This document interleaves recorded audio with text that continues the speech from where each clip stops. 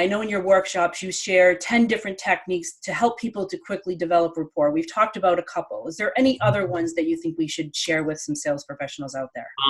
It's so funny. The weirdest one, I call it the weirdest ones because it's the one that people generally don't, or at least I wasn't doing all that much, is the first one, establishing a time constraint.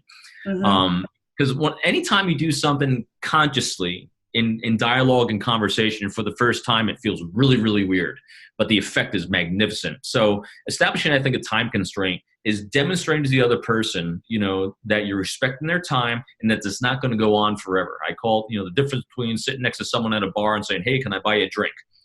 Shields up is like, when's this going to end? As opposed to, "Oh, I'm so sorry. I'm meeting my friends outside in 30 seconds. I'm in the market for a new cell phone.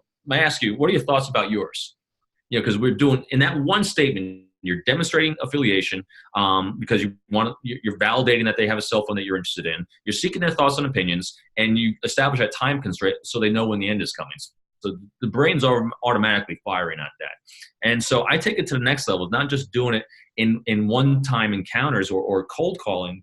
Like when I do cold calls, when I was going to talk to companies, I say, "Hey, I got I'm respecting your time. In 30 seconds, I can kind of give you a one sheet. I can kind of show you, how I believe I can be a resource for your company. If you don't have time now, that's great. I totally understand. I'll come back another time, or I'll leave you completely alone if you want to."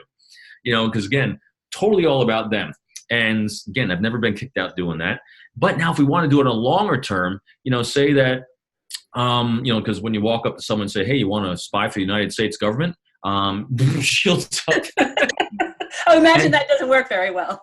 No. And so people still try it, as opposed to, you can put a time constraint on it and say, "Hey, how about this? If you don't mind, let's get together for maybe a couple cups of coffee over the next month. We can talk about each other's priorities, what we want to do, things we're trying to do in our lives. We'll see if we have any overlap at the end of the month. If we have no commonalities, we part away, shake hands, and we have a great day." That's a lot more appealing to someone than this open-ended, "Oh my gosh, what am I getting myself into?" I build it into contracts. I work with companies as well all the time.